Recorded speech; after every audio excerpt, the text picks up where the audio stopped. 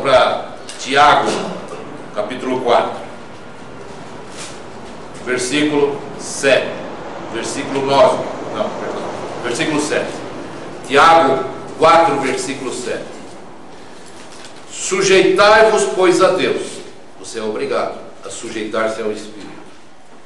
Resisti ao diabo, e ele fugirá de vós. O diabo é tua encarnação, tua matéria.